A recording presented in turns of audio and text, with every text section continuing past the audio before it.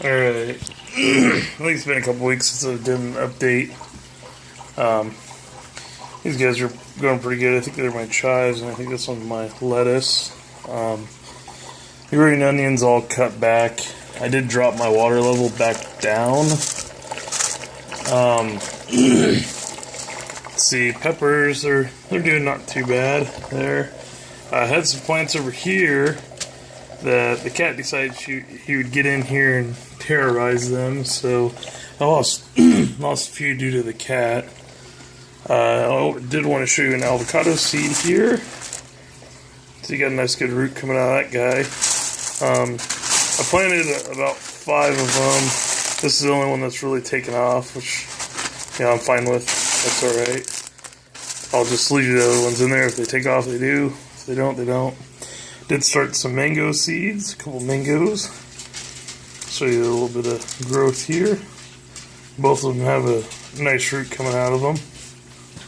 I do want to show you my light under here. I have to reach under here, turn it off, and turn it back on, and it lights up.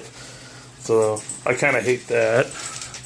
I do still have a little bit of water lettuce in there, but I'm going to take some water lettuce and throw it in the shrimp tank here. Let's see, we don't have much else difference in here. The only thing is my siphon pipe I do have down in the water now to make it quieter. And it does work with this new bell siphon setup. So I took a hose, drilled a hole in the top. I didn't even seal it, I just drilled a hole in. Put the air line in there, ran it down the side to help break the siphon. And the pipe is 1.5 inches, and I have a 3/4 inch drain in there. So this seems to work a little bit better. This definitely, as far as being quieter, I like it. Did change the swirl filter design. It's a little bit different. This actually sits on top of it. You don't need a cap on it. But this is just the old bell siphon. I'm going to get it. There it is. But if you look down in there, the water just kind of shoots straight up, and then this just sits on top of it. And what it'll do is your solids will come up through the middle of this, hit the water, and fall to the bottom before it drains out. Now this wasn't my first design that I came up with, but I seen this design on YouTube, and I was like, oh yeah, that's way better than what I have in there. So I'll fix that in a minute. It's fine. But here's it draining. A lot quieter. You can sit on the couch now and not hear it. Let's see, I've been putting my duckweed in here out of this tank, because in this tank it grows like crazy, so I just throw it in this tank. I am hoping to get some red claw crayfish pretty soon. And what I'm going to end up doing is getting a stock tank tote, a plastic one. And I'm going to redesign all this so it actually looks a lot better for being inside and stuff like that. I'm going to get a 110 gallon and try to grow the crayfish in there. And I'm going to move it in front of this window. This window is a east-facing window, and it gets quite a bit of sunlight through it. And there's a house not too far on the other side. We get a lot of light reflection off that house. So I'm going to move the bed over to here and have the grow bed right in front of the light. I will still have a light above it. I probably won't have it on as much, but the only thing that sucks is I got my air register right there. So I'll have to put a little stand up off the ground and stuff like that. Then I'll just direct the airflow out, which isn't too big a deal. I'm sure it'll be fine. So we'll get that all set up, and I got another bucket like this. I'll probably redesign this setup here when I do it. Then I get those crayfish. I'm gonna be pretty excited because I'll start feeding them the waste vegetation from the grow bed down to them. And I want to show you one other thing I got going upstairs. Alright, this tank, just a 30-gallon tank. I got an air stone at the bottom here, flowing air up past this screen to make like an algae scrubber. You can see from the side. It's got a little bow to it, so it collects all the air. And then I'm trying to grow algae in this tank and duckweed off of sunlight. So the only power I got run to this is just the air stone. This is some long hair algae from one of my fish tanks. I'm just going to toss that in there to help promote long hair growth here. We can see there is some algae. At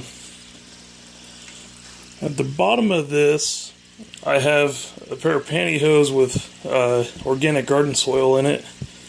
I just toss that in the bottom. Now some lava rock down there just to get bacteria on it in case I need it. So this tank sits in front of the south face window. I just shut the blinds because it was way too bright for the video. But then I have this piece of plastic I cut just to help with evaporation here. I got it kind of hanging off the side a little bit so I can still get some gas exchange across it. Can't remember how long I've had this going, but I probably should have scuffed that up a little bit to help hold the algae a little bit better, but hopefully throwing that long-haired in there will really promote the growth on that. So just kind of an experiment. Figured not many watts running that little thing, but if it starts going good, hopefully I can feed it to the crayfish, stuff like that. So, and I got some buddies that are gonna start growing some tilapia, and I was kind of experimenting to see how long it would take to grow this stuff, but they're going to be using totes, IBC totes, and probably grow the algae a little bit quicker than that, especially the duckweed. I mean, and they'll eat that stuff. So that's the update right now as far as the aquaponics system. I need to get a hold of a lady and see if I can maybe go pick those crawdads up this week. Hopefully I can. My tank's definitely ready for it. I think that's why my plants haven't been growing quite as good, because I don't have the nutrients load. I mean, I do clean my sponge filters in it, but I still don't think it's enough. So, and I was going to use this bow front tank as my sump for the aquaponics system. Got a catfish here, but it's got some cracks here on the bracing, and I was going to look at buying new bracing, but I started thinking about it. The braces would probably cost me about $50. 110-gallon tote's $60. I'll do the big tote. But the sponges that I clean off for these ones out of my main tanks, I take one of these sponges off, bring it over here, put it in there and squeeze it and get all the waste out of it. Now there is a sponge I took off one of mine right here, so I just take and squeeze that. See, it's got a little bit of gunk in it, and this system just let it float around in there. So that's how I supplement my nutrients, but I'll tell you right now, it's probably not doing good enough. Trying to think what else. That's about all. Hopefully I can get my crawfish soon and get them rolling. I'm pretty excited about getting this really thriving here. Let's see what we got. Hopefully I got some other seeds I planted. I got some cilantro I put in here. Another thing I am going to start doing with these, I went and picked up some baskets. I was in Colorado the other day and I saw the aquaponics place. And these little baskets for growing plants in here. I got them for a little bit of a different reason. I was going to do trickle towers, which you stick these in the side of the trickle towers and then the water runs over them. Which I might still do that maybe later on. But right now I'm going to use these for, I'm going to put them down in there, fill them full of the clay balls, start my seeds in there just so it's easier to pick them up, move them where I want to later on. So I do need to start some more seeds now that I kind of figured out, water levels, because I did change the water level back down a little bit. I after I switched the siphon out and stuff like that. I was just doing some more research, and they said it's good to have a couple inches where there's no water. So if you're for seed starting, I might just, when I put them in these baskets, I'll just put the seeds further down and then let them start growing in that. Well, that's really about all.